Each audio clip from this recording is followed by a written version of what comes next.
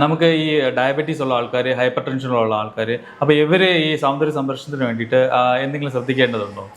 തീർച്ചയായിട്ടും ഇത്തരത്തിലുള്ള അസുഖങ്ങൾ ഇപ്പോൾ ലൈഫ് സ്റ്റൈൽ ഡിസീസ് എന്നുള്ള രീതിയിലല്ല, ഇതൊക്കെ വാസ്കുലർ ഡിസീസ് എന്നുള്ള രീതിയിലൊക്കെ ചിലപ്പോൾ കൺസിഡർ ചെയ്യേണ്ടി വരും നമുക്ക് ഈ ഇത്തരത്തിലുള്ള പല രോഗങ്ങളും. ഇതൊക്കെ ഉള്ളവർ തീർച്ചയായിട്ടും നമ്മുടെ സൗന്ദര്യ സംരക്ഷണം വളരെ ശ്രദ്ധിക്കേണ്ടതാണ്. കാരണം സ്കിന്നൊക്കെ നമുക്ക് ഫാറ്റി എലിമെൻറ്റ്സ് ഒക്കെ ലൂസ് ചെയ്യുമ്പോഴൊക്കെ സ്കിന്നൊക്കെ വലിഞ്ഞിട്ട് റിങ്കിൾസ് ഒക്കെ പെട്ടെന്ന് പ്രത്യക്ഷപ്പെടാനുള്ള സാധ്യതയുണ്ട്. ഏജിങ് ഒക്കെ കുറേ കൂടി പെട്ടെന്ന് പ്രത്യക്ഷപ്പെടാനുള്ള സാധ്യതയുണ്ട്. പെട്ടെന്ന് വെയിറ്റ് കുറഞ്ഞിട്ട് ചില ഡയബറ്റിക് ആയിട്ടുള്ളവർക്ക് ഈ അവർ ചിലപ്പോൾ ഫുഡ് അവർക്കൊരു പോളിഫേജിയൊക്കെ ഉണ്ടാവും, പക്ഷെ അവർക്ക് ഈ വെയിറ്റ് ചിലപ്പം കുറഞ്ഞുകൊണ്ടേയിരിക്കും.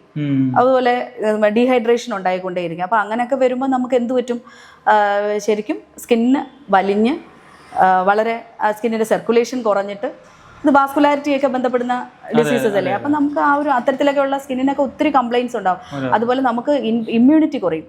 ഈ ഡയബറ്റീസിന്റെ ഒരു പ്രധാന ഇഷ്യൂ എന്ന് പറഞ്ഞു കഴിഞ്ഞാൽ നമ്മൾ അത്രയും ഇൻഫെക്ഷനെ നമ്മൾ കൂടുതൽ എക്സ്പോസ് ചെയ്യാൻ പറ്റത്തില്ല. പെട്ടെന്ന് നമുക്ക് ഇൻഫെക്ഷൻസ് വരും, ഇമ്മ്യൂണിറ്റി കുറവല്ലേ.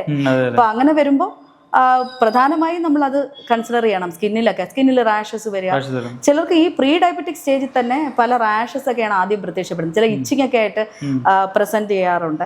അത് സ്ത്രീകൾക്കാണെങ്കിൽ വൾവാർ ഏരിയയിലൊക്കെ ഇച്ചിങ് ഒക്കെ വന്നിട്ടൊക്കെ ആദ്യം അവർ ഇൻഫെക്ഷൻ പോലെയൊക്കെ വരുന്ന തുടങ്ങുമ്പോൾ നമ്മൾ നോക്കുമ്പോൾ അവർ ഡയബറ്റിക് ആയിരിക്കും.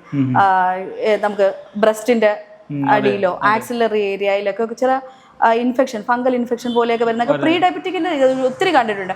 അതുപോലെ ദേഹത്തും റാഷസ് കാണുന്നുണ്ട്. അവർക്ക് അധികം പല പൊടി പുകയൊന്നും എക്സ്പോസ് ചെയ്യാൻ പറ്റത്തില്ല, സ്കിന്നൊക്കെ റെസിസ്റ്റൻസ് കുറയും. അപ്പോൾ അങ്ങനെ വരുമ്പോൾ പ്രധാനമായും skin care, hair care, nail properly നോക്കിയേ പറ്റത്തുള്ളൂ. അതുപോലെ സോറിയാസിസ് പോലുള്ള ഓട്ടോ ഇമ്മ്യൂൺ ഇൻവോൾവ്മെന്റ്സ് ഉള്ള ഡിസീസിലും അങ്ങനെ തന്നെയാണ്. അവർക്ക് എന്താ പറയുക, ബ്രിട്ടിൽ നെയിൽസ് ഒക്കെ വരും.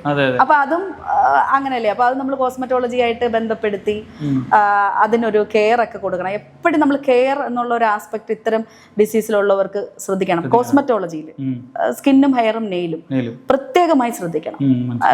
നമ്മൾ അതുപോലെ ഒത്തിരി മെഡിസിൻസ് എടുക്കുന്നത്, ഇപ്പൊ ആന്റി ഹൈപ്പർടെൻസീവ് എടുക്കുന്ന ചില ആൾക്കാരിൽ സ്കിൻ ഡിസീസ് വരുന്നുണ്ട്, സ്കിൻ മാനിഫെസ്റ്റേഷൻസ് വരുന്നുണ്ട്. നമ്മൾ പഠിച്ചിട്ടില്ലേ, എസ്പെഷ്യലി ബീറ്റാ ബ്ലോക്കേഴ്സ്. അപ്പൊ അതൊക്കെ ശ്രദ്ധാപൂർവം, വളരെ ശ്രദ്ധാപൂർവം കൈകാര്യം ചെയ്യേണ്ടതാണ്. അവർ സ്കിന്ന് നന്നായി ശ്രദ്ധിക്കണം. എസ്പെഷ്യലി സ്കിൻ, ഹെയറും നെയിലും ഒക്കെ ശ്രദ്ധിക്കണം.